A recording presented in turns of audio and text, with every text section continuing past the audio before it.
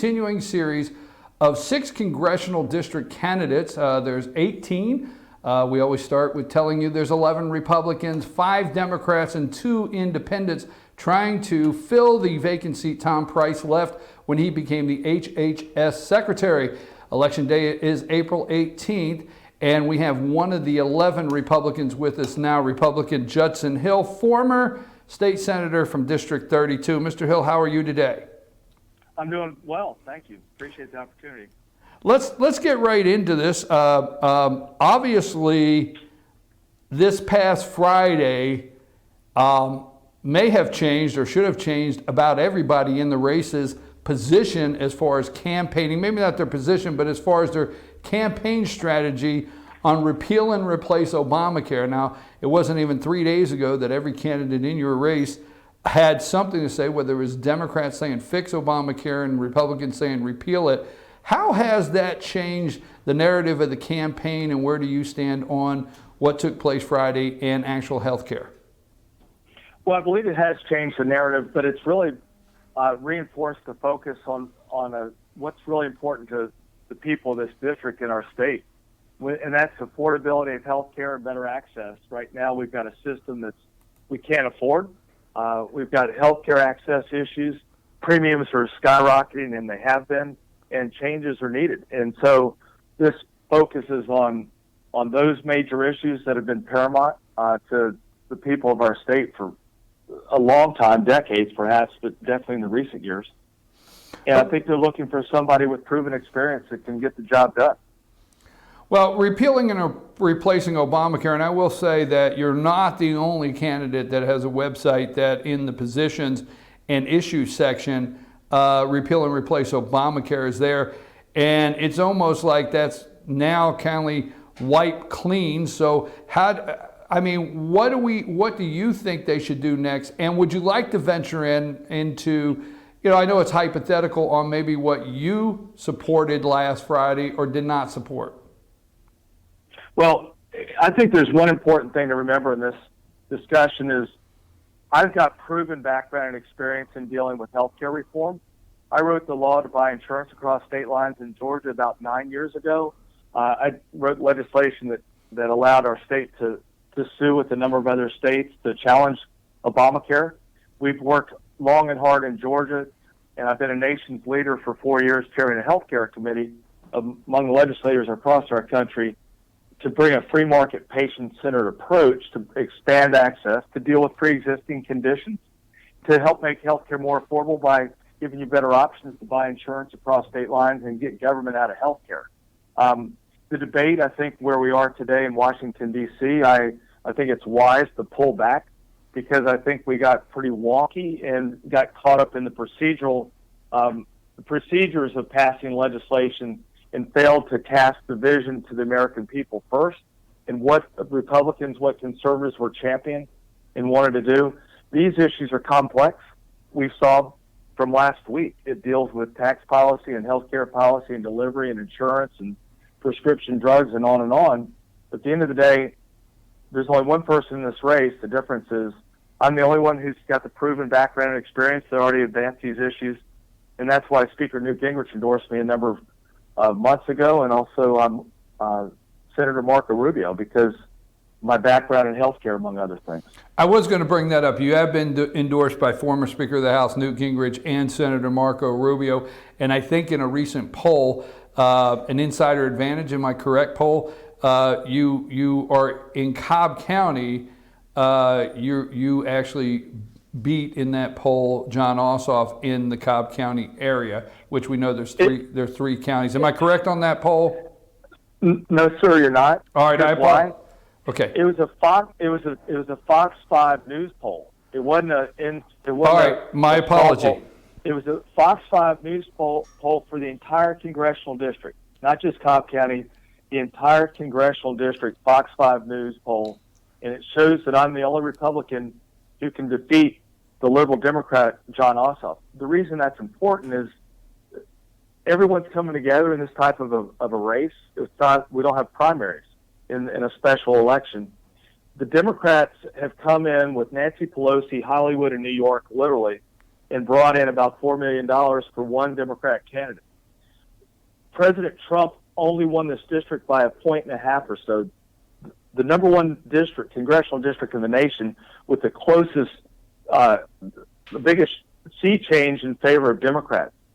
They want to make this a Democrat district. They want to bring this race into, they're putting this in the same category as Republicans did, if we recall, with Senator Scott Brown up in Massachusetts when Senator Kennedy died.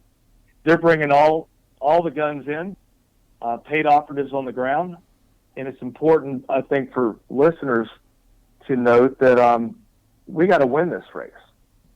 Okay, and the voters have said Judson Hill's the only person who can defeat this Democrat. All right. Well, I want to apologize because the last thing I want to do here is give out bad information. I thought there was different segments of that poll, and I think different articles, or excuse the way I put it, but God forbid the media spin anything. No, Insider Advantage republished the Fox 5 News poll. Okay, But it's a congressional district-wide poll. So you did reference Insider Advantage, but it really came from Fox 5 that did it. That's why I wanted to correct that. It did come from Fox 5, and you're saying that poll showed that head-to-head, you're the only candidate that can beat Jon Ossoff. Is that correct, that poll? That's correct, and that's important for the people listening, because that shows how vulnerable this district is, and that shows how important and how serious these issues are, and we got to get it right. And we don't have time to train a congressman in Washington, D.C. You already have one that knows how to get the job done, who's proven and has the experience to stand up to the political establishment and the special interest, and have done that a number of times, protecting and defending the conservative principles I was elected to represent. I've been punished for doing so, but I stood up for those principles, and I pledged to do so in Washington, D.C. once again. Well, these issues today are so important. Mr. Hill, I've interviewed 3 out of the 5 Democrat candidates. Mr. Ossoff won't return phone calls. And the other Democrat candidates are very upset that the DCCC and the DNC and MoveOn.org and the Daily Kos have all come in and swarmed around this young man to try to get him elected when there's 4 other Democrats. Would you say, are you concerned that if Ossoff was elected in that district, he would be a rubber stamp for people like Nancy Pelosi and that leadership of the House, the Democrat leadership of the House? Absolutely, yes. Nancy Pelosi is doing fundraisers for him as we speak, and also they've got a Hollywood actress in town, from what I understand last night, doing fundraisers for him as well and driving people to the polls. This is not speculative. They're here to win the race, and I would expect that they'd spend more than $10 million in a runoff to get Ossoff elected. How do you, Judson Hill, get in that second slot? Now, I think there's a mistake, and this is coming from me, sir. I think there's a mistake. I think, obviously, if you're a candidate, you want to win 51% now, okay? And I respect that, okay? And actually, I went to an event where Jon Ossoff said that was his goal, to win 51% now, not a runoff. But I think it would be maybe best if 2 Republicans were actually the runoff candidates, and Ossoff came in number 3. So I mean, how do you get in that second slot? Because actually, we keep talking about Ossoff, but you've got to probably get Republican voters, other candidates' voters, to be in that second slot. So how are you doing that? What's your campaign doing? And are you running against Karen Handel too? We're talking about Ossoff, but she's polling high. We've got a ground game that's better than anybody else's, I believe, in a get-out-the-vote effort. I've been blessed to have represented part of this district, over 40% of it, a number of years in the Georgia Senate. That race is it's an open seat that is up for election on the very same day, and I've got a strong base of support. I've got a growing base of support across North Fulton and the portion of DeKalb County, and we're going to turn out the vote and turn it out in my favor. I think the people, from what I'm hearing on the street and knocking on doors, is they're trying to make a decision on who the best candidate is in this race to serve them. The difference is there's only one candidate who's a trusted, proven conservative who's done what they say they're going to do. Everybody else has talked, and frankly, talk is cheap.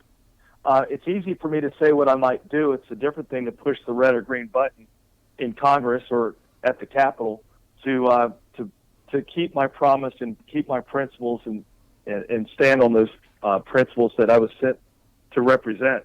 That's what's important. I think that's what people are making the decision about, and I think that's is representative in that Fox 5 News poll, is when they say head-to-head, who do they want in Congress?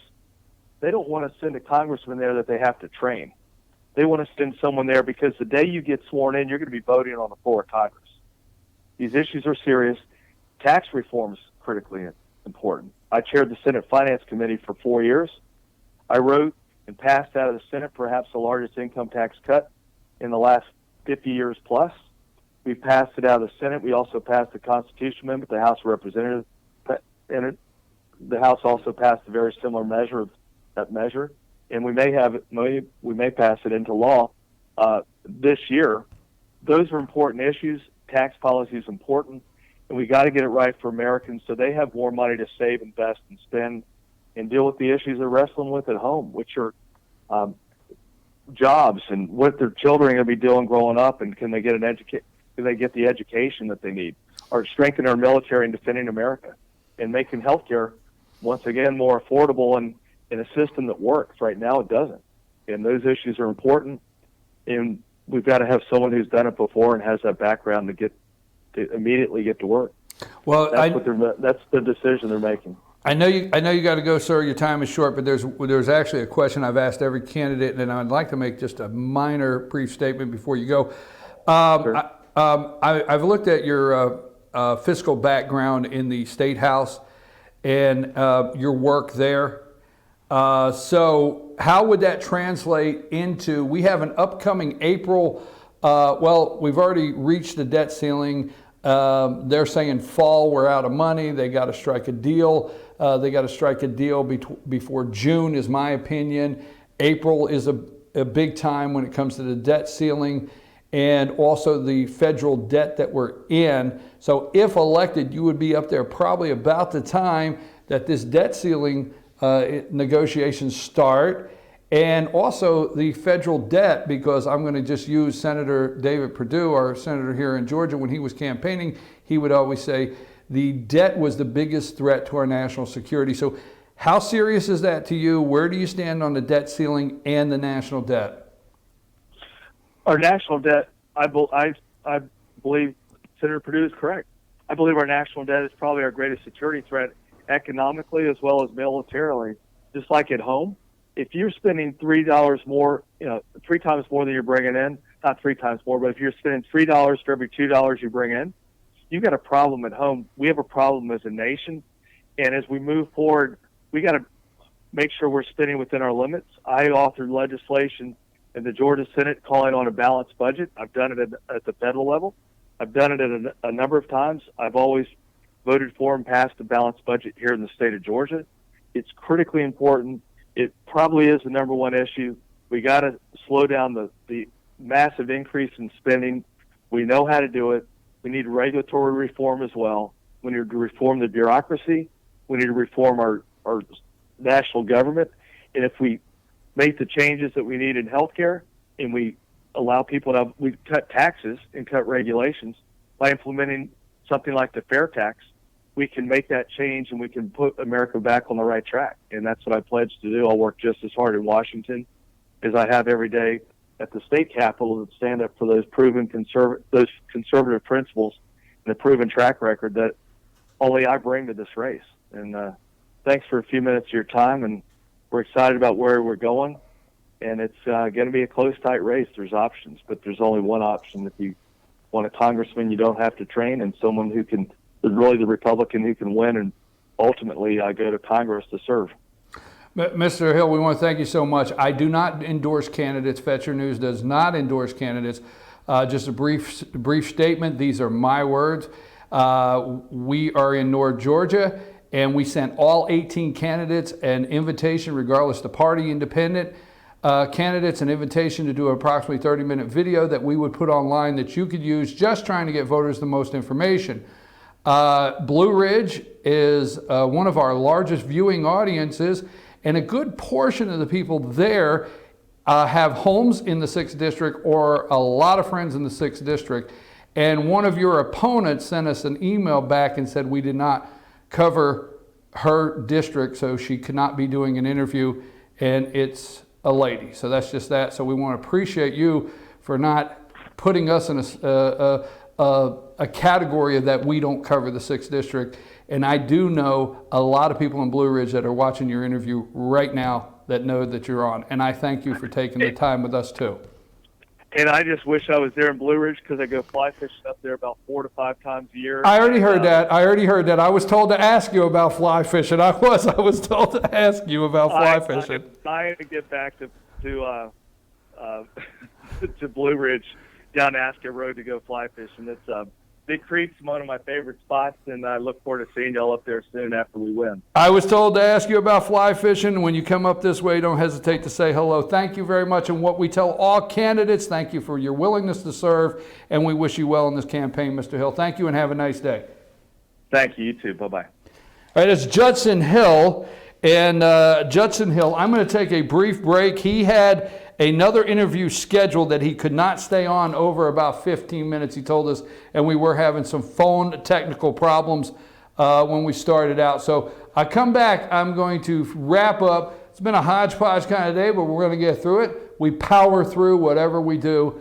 We'll be back after these messages, VKP.